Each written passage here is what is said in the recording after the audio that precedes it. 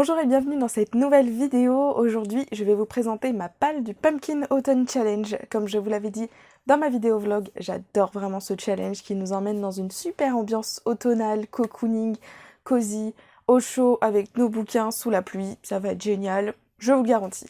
Alors du coup, on commence tout de suite. Le challenge commence le 1er septembre, soit aujourd'hui, donc je suis officiellement en retard, et finit le 30 novembre, exactement comme la fin de l'automne. Donc c'est très simple, vous lisez ce que vous voulez. Au niveau des menus, il y en a 4, vous n'êtes pas obligé de tout lire, vous faites ce que vous voulez. Et à côté de ça, on a aussi toute une gamme de recommandations de livres, de films, de séries, mais aussi de jeux vidéo qui pourraient vous lancer dans ce challenge, mais aussi vous mettre dans cette ambiance qu'on aime bien. Donc pour ça, Guimauze a fait une vidéo où elle explique tout. Je ne vais pas revenir là-dessus, moi je vais vous montrer des bouquins qui pourraient rentrer dans les catégories et qui pourraient vous donner des idées pour construire votre palle. J'ai donc mes petites notes. On va commencer avec le premier menu qui s'appelle Automne frissonnant. Ça donne un petit peu une idée de l'ambiance de ce menu. Avec le premier item qui s'appelle Gargare à la maison de gloire, où il faut lire des livres avec des voleurs, de la terreur, du policier, de la superstition, de l'horreur ou de l'épouvante. À chaque fois, on nous donne une quantité assez grande de mots-clés pour pouvoir trouver assez facilement des romans qui correspondent. Donc moi j'ai choisi La 9e maison de Leigh Bardugo, qui est juste là puisque je n'ai pas mes livres ici. C'est un livre où on retrouve une société secrète avec une atmosphère un petit peu creepy. Je dirais pas qu'il y a de l'horreur dedans, mais ça reste dans cette ambiance un petit peu effrayante, donc ça va tout à fait bien marcher. Ensuite, on a l'item double, Twile et Trouble, j'ai pas du tout la référence, où il faut lire un livre qui parle de sorcières, une pièce de théâtre, une prophétie ou bien une tragédie. Pour cela, j'ai choisi la prophétie avec le 4e tome de Percy Jackson de Rick Riordan, puisqu'il y a toujours des prophéties dans la mythologie grecque et dans les Rick Riordan de manière générale. Donc ça, c'est sûr que ça fonctionne. Ensuite, pour le folklore de Chippenden, où il faut lire un livre avec des créatures surnaturelles, du fantastique, de l'obscur ou de la fantasy, j'ai choisi La Cité des Sangs Purs que Camille m'avait offert, donc je le mets juste là. Celui-ci, il me semble qu'il parle de créatures surnaturelles, ça c'est certain, mais je ne me souviens plus vraiment desquels, il me semble que c'est des vampires. J'ai les 2 tomes dans ma palle, donc je ne sais pas si je vais les enchaîner, mais en tout cas, le premier tome est assez petit, donc ça ce sera super pour le challenge. Ensuite, pour le deuxième menu, Automne douceur de vivre, on a le premier item qui s'appelle « Et Gigi, tu ne trouves pas que ça sent drôlement bon ?» à la Grichoipanja. Si quelqu'un sait ce que ça veut dire, dites-le moi en commentaire. Où il faut lire du coup un livre qui parle de jeunesse, de famille, qu'il y a un parcours initiatique ou qui parle de nourriture, donc ça doit avoir un rapport avec la référence. Pour cela, j'ai choisi mon livre VO qui correspond à un autre challenge qui s'appelle 13 Stories Staring Disabled Teens. Celui-là, c'est un recueil de nouvelles justement qui parle d'adolescents avec des handicaps, et il me semble qu'il y a des romances, etc. Donc ça peut être sympa.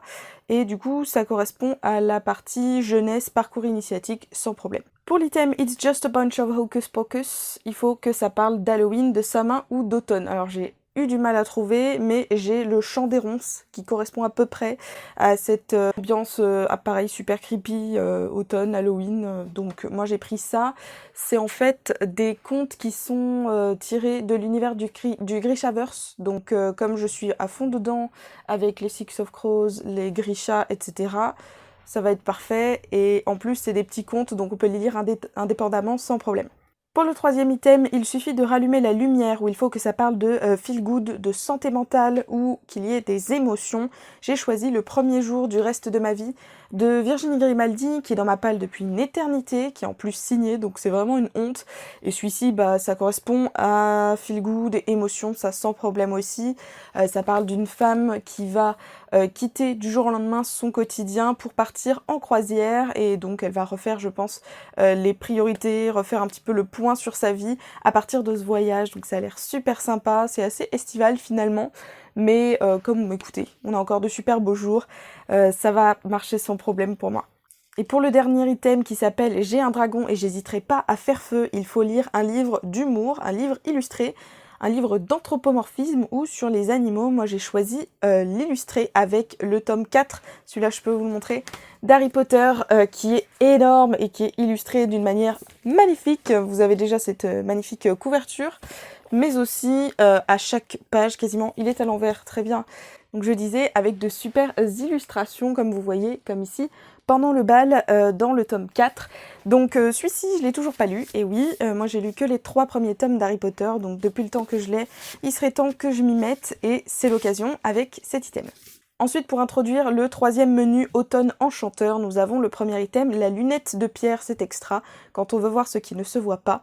Pour cela, il faudra lire un livre sur le petit peuple, la féerie, la nature, ou du nature writing, un genre que je ne lis pas du tout.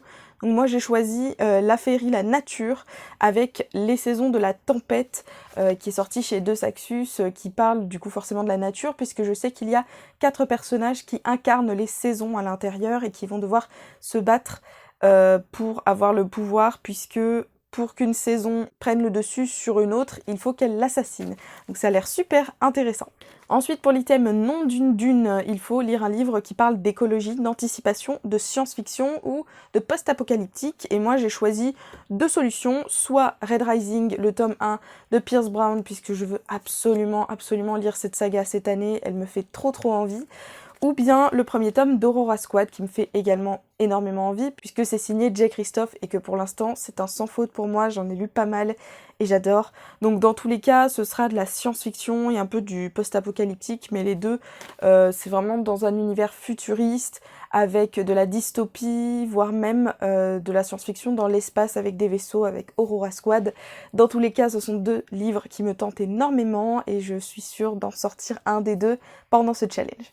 Dernier item de cette catégorie, Princesse, qui doit parler d'inclusivité, de tout ce qui est la communauté LGBT ou du féminisme. Donc moi j'ai choisi le féminisme pour changer, avec les 4 filles du Dr March de Louise Alcott, qui est un grand classique, qui est sorti d'ailleurs au cinéma il y a peu, avec ces 4 jeunes filles qui vont faire un peu leur entrée dans le monde en découvrant tous les bons côtés et les mauvais côtés de la vie, découvrir un peu leur passion, commencer à réfléchir à leur avenir, à ce qu'elles aimeraient faire dans la vie. Et c'est un roman qui me fait vraiment de l'œil depuis un moment. Pourtant moi je n'aime pas du tout les classiques, mais celui-ci je le voulais absolument. Moi je l'ai dans l'édition des livres RBA, vous savez, les livres avec la collection reliée, de toute façon vous le voyez là. Mais voilà, il me fait très envie et j'ai aussi hâte de les lire. On finit avec la catégorie Automne des mystères, qui est la nouvelle catégorie je crois de cette année si je ne me trompe pas, avec le premier item, le destin perdu, qui doit parler de temps avec des horloges, des énigmes, des puzzles, un livre historique ou de steampunk. Donc pour cela j'en ai choisi 2 de steampunk parce que j'en ai plusieurs dans ma palle et je ne les sors toujours pas.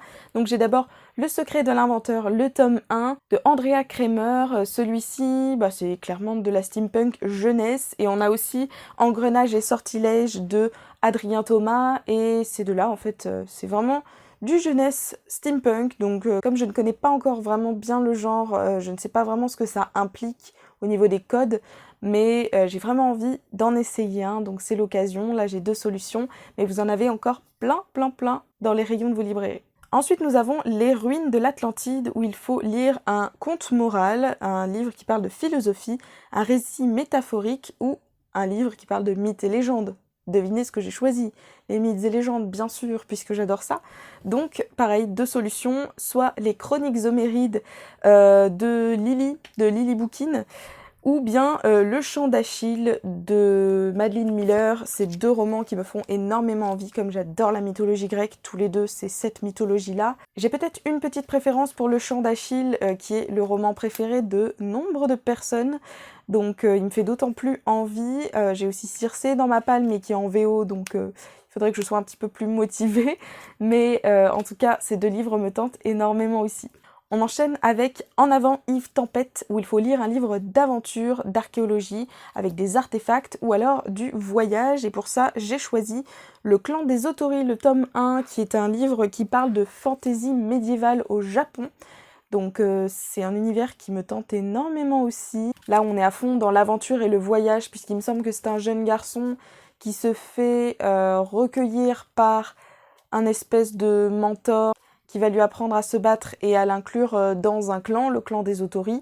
Mais à part ça, j'en sais pas beaucoup plus, mais je sais vraiment que ça parle Japon, ça parle fantasy, ça parle médiéval, il va y avoir des combats, il va y avoir, je pense, de la mythologie aussi asiatique. Donc ça a l'air hyper intéressant et ça correspond très bien à cette catégorie. Et enfin, dernier item avec le cabinet des curiosités qui doit parler d'art, de science, de musée, de singularité ou d'étrangeté. Alors pour ça, j'ai cherché un bon moment et alors je suis tombée sur le livre parfait qui dit curiosité pour moi, dit Le Château de Hurle. Ce livre qui parle d'un château qui marche, donc avec tout plein d'étrangetés pour le coup. Donc je trouvais que ça partait super bien pour cet item-là. Il me fait aussi envie depuis un moment, donc c'est l'occasion de le sortir de ma palle. Voilà, c'est tout pour cette vidéo palle du Pumpkin Autumn Challenge. Dites-moi si vous participez dans les commentaires et si nous avons des livres en commun. J'espère que j'ai pu vous donner des idées pour remplir votre palle et en attendant, je vous souhaite un excellent challenge, d'excellentes lectures et je vous dis à bientôt pour une prochaine vidéo. Bye!